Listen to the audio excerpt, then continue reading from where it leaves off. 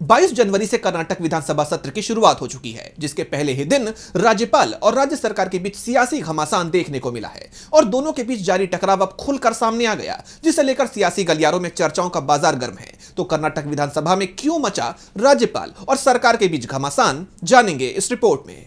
दक्षिण के राज्यों में राज्यपाल और राज्य सरकार के बीच टकराव की खबरें लगातार सामने आ रही हैं। इसी कड़ी में अब कर्नाटक से अजीबोगरीब घटना सामने आई। दरअसल कर्नाटक के राज्यपाल थावरचंद गहलोत ने विधानसभा के बजट सत्र के पहले दिन अपने अभिभाषण की सिर्फ 2 पंक्तियां पढ़ी और सदन से वॉकआउट कर गए, जिसे लेकर सीएम सिद्धारमैया ने उन पर हमलावर होते हुए कहा कि हर नए साल में गवर्नर को असेंबली के जॉइंट सेशन को संबोधित करना होता है, जिसका भाषण कैबिनेट तैयार करती है। ये एक संवैधानिक जरूरत है। आज कैबिनेट द्वारा तैयार किया गया भाषण पढ़ने के बजाय गवर्नर ने वो भाषण पढ़ा जो उन्होंने खुद तैयार किया था। ये भारत के संविधान का उल्लंघन है। ये भारतीय संविधान के आर्टिकल 176 और 163 का उल्लंघन है।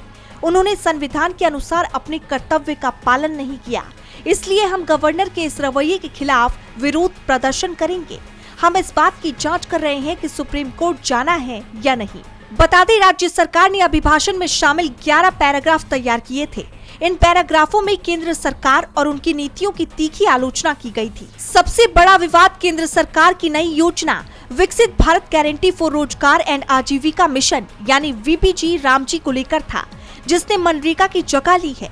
कर्नाटक सरकार ने अपने भाषण में इस बदलाव का विरोध किया था और इसे गरीबों के अधिकारों का हनन बताया था, लेकिन राज्यपाल गहलोत ने भाषण को मंजूरी देने से पहले इन 11 पैराग्राफों को हटाने या बदलने का सुझाव दिया था। हालांकि मुख्यमंत्री सिद्धारमैया और उनके मंत्रिमंडल ने भाषण में कोई भी बदलाव करने से इनकार कर दिया। उनका तर्क था कि ये सरकार की नीतियों और विचारों का प्रतिबिंब है, जिसे पढ़ना राज्यपाल का संवैधानिक दायित्व है। जैसे आप जानते हैं कि ये घटना दक्षिण भारत में राज्यपालों और गैर बीजेपी सरकारों के बीच तनाव की नई कड़ी है।